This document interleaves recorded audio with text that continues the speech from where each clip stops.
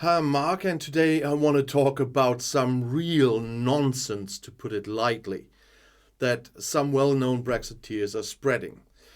Brexit hardliners like to look for signs that Britain's exit from the EU has brought tangible benefits, and Conservative MP Rees-Mogg believes independence from the EU will benefit Ukraine in its fight against the Russian invasion. So JRM says he believes Brexit has played a crucial role in supporting Ukraine against Russia's war of aggression.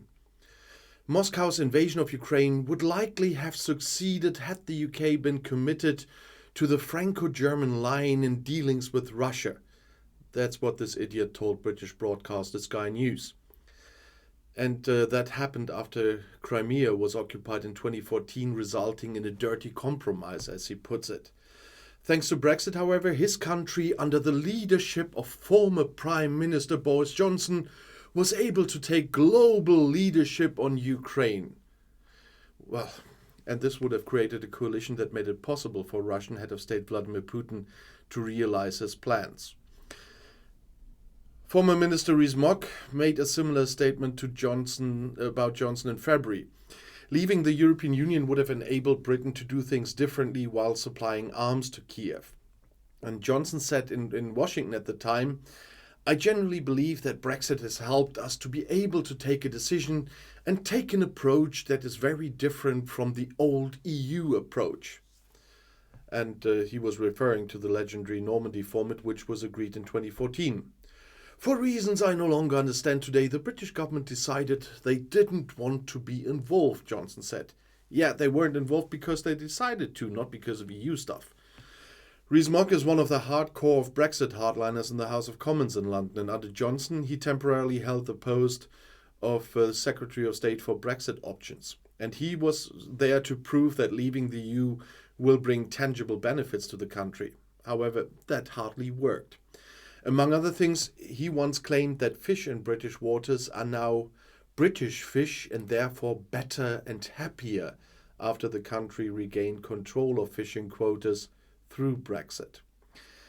That the story with Brexit and the Ukraine war is a total nonsense is also shown by the support of individual EU states over the last few days. Ukrainian President Volodymyr Zelensky returned to Kiev with a promise of further urgently needed military aid from Germany and France.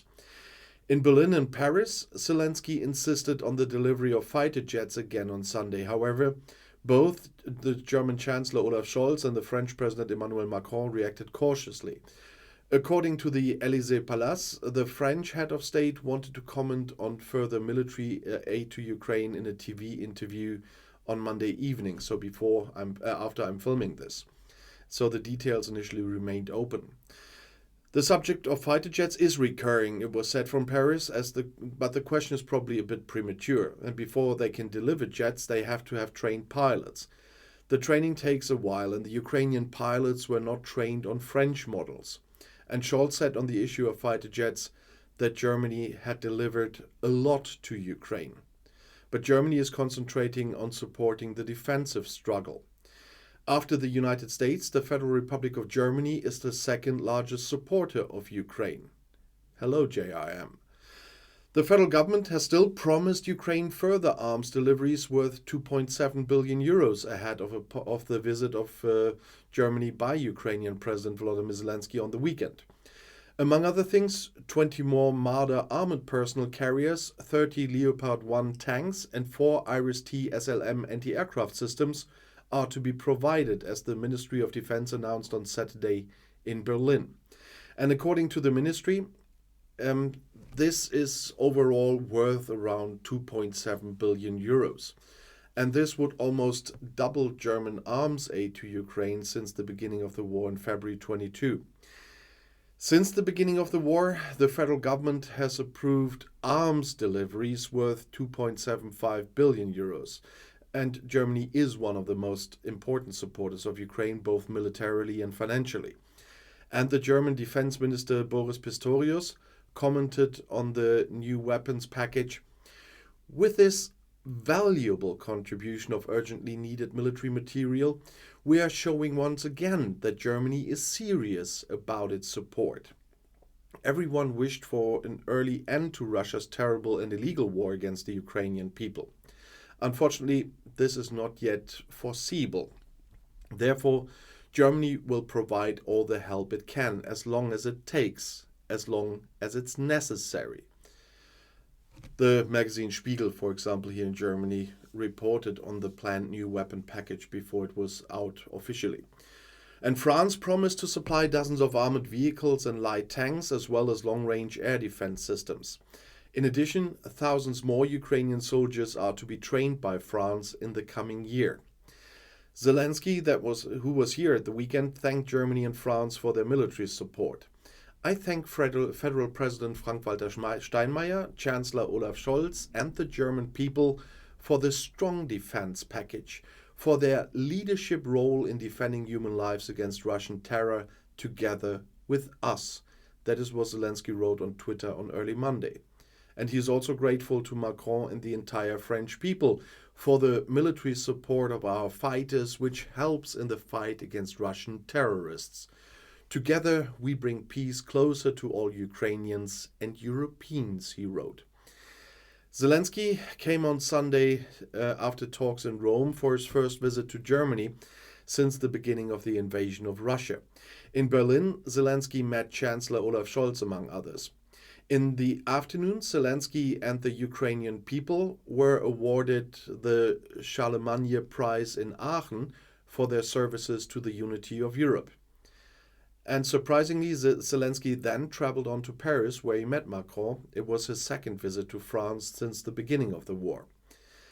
Whether the Ukrainian president wanted to leave during that night or after an overnight stay in Paris was left open for security reasons, and when I'm filming this, I still don't know.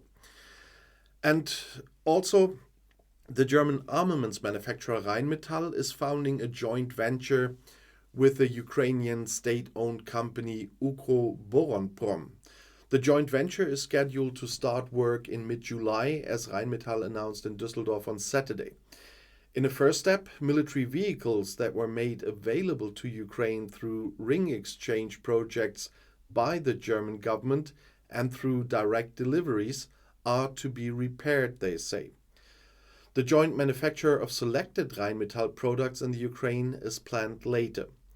Rheinmetall CEO Armin Pappberger announced a few days ago that he would see closer cooperation with Ukrainian companies. Ukroboronprom Director General Yuri Husiev said his company has recently been able to increase production of military equipment and armored vehicles despite numerous Russian missile attacks. Together with Rheinmetall at our side, we will be able to achieve even more for our country, he said. And so that was just some examples not from Britain, I included in this video on my UK channel still, but it was necessary after what Rees-Mogg is saying there. The only thing that made a difference between what the UK did in the beginning of the war and what Germany did in the beginning of the war was our Chancellor and his hesitant behavior at the time, which I always said it was wrong. It had nothing to do with the EU. This is a thing for the member states to do. The EU is giving additional money. That's why Germany, if you count in the contributions to the EU that are going to the Ukraine, is far ahead of the UK by what they are paying to Ukraine. But that's not the point here. This is not a championship of who gives the most. That will be the USA anyway. But Brexiteers are always using this for their arguments, so I have to correct that. And they all could have done that. And you've also seen it at the time when Poland gave much more than the German government wanted. Of course, for the Leopard, the Polands needed the permission from Germany because it was a German product. But nevertheless, every EU member state could provide as much as they wanted. There was no EU blocking that. So this is complete crap and complete BS what JRM is talking there. And the other point is,